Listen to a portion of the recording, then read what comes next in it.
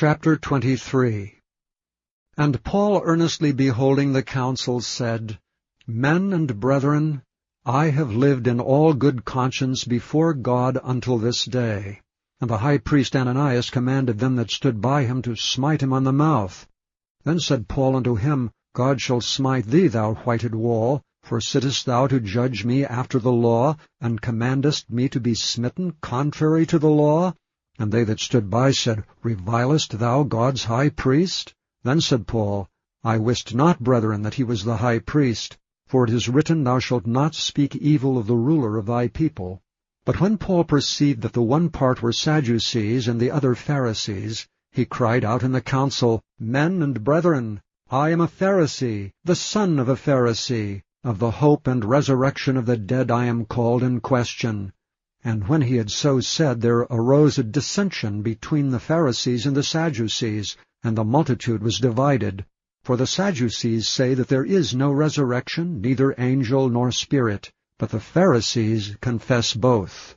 And there arose a great cry, and the scribes that were of the Pharisees' part arose and strove, saying, We find no evil in this man. But if a spirit or an angel have spoken to him, let us not fight against God. And when there arose a great dissension, the chief captain, fearing lest Paul should have been pulled in pieces of them, commanded the soldiers to go down and to take him by force from among them, and to bring him into the castle. And the night following, the Lord stood by him, and said, Be of good cheer, Paul, for as thou hast testified of me in Jerusalem, so must thou bear witness also at Rome. And when it was day, certain of the Jews banded together, and bound themselves under a curse, saying that they would neither eat nor drink till they had killed Paul. And they were more than 40 which had made this conspiracy. And they came to the chief priests and elders, and said, We have bound ourselves under a great curse, that we will eat nothing until we have slain Paul. Now therefore ye with the council signify to the chief captain, that he bring him down unto you tomorrow, as though ye would inquire something more perfectly concerning him, and we, or ever he come near, are ready to kill him. And when Paul's sister's son heard of their lying in wait, he went and entered into the castle, and told Paul.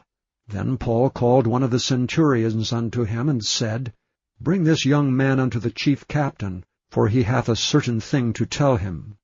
So he took him, and brought him to the chief captain, and said, Paul the prisoner called me unto him, and prayed me to bring this young man unto thee, who hath something to say unto thee. Then the chief captain took him by the hand, and went with him aside privately, and asked him, What is it thou hast to tell me? And he said, The Jews have agreed to desire thee, that thou wouldst bring down Paul tomorrow into the council, as though they would inquire something of him more perfectly. But do not thou yield unto them, for there lie in wait for him of them more than 40 men, which have bound themselves with an oath, that they will neither eat nor drink till they have killed him, and now are they ready, looking for a promise from thee. So the chief captain then let the young man depart, and charged him, See thou tell no man that thou hast showed these things to me. And he called unto him 2 centurions, saying, Make ready 200 soldiers to go to Caesarea, and horsemen 70, and spearmen 200, at the 3rd hour of the night. And provide them beasts, that they may set Paul on, and bring him safe unto Felix the governor. And he wrote a letter after this manner, Claudius Lysias, unto the most excellent governor Felix, sendeth greeting. This man was taken of the Jews, and should have been killed of them. Then came I with an army, and rescued him, having understood that he was a Roman. And when I would have known the cause wherefore they accused him, I brought him forth into their council, whom I perceived to be accused of questions of their law, but to have nothing laid to his charge worthy of death or of bonds.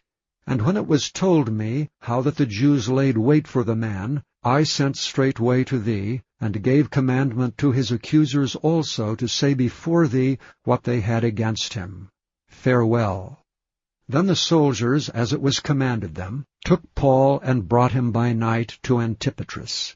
On the morrow they left the horsemen to go with him, and returned to the castle. who, when they came to Caesarea and delivered the epistle to the governor, presented Paul also before him. And when the governor had read the letter, he asked of what province he was. And when he understood that he was of Cilicia, I will hear thee, said he, when thine accusers are also come. And he commanded him to be kept in Herod's judgment hall.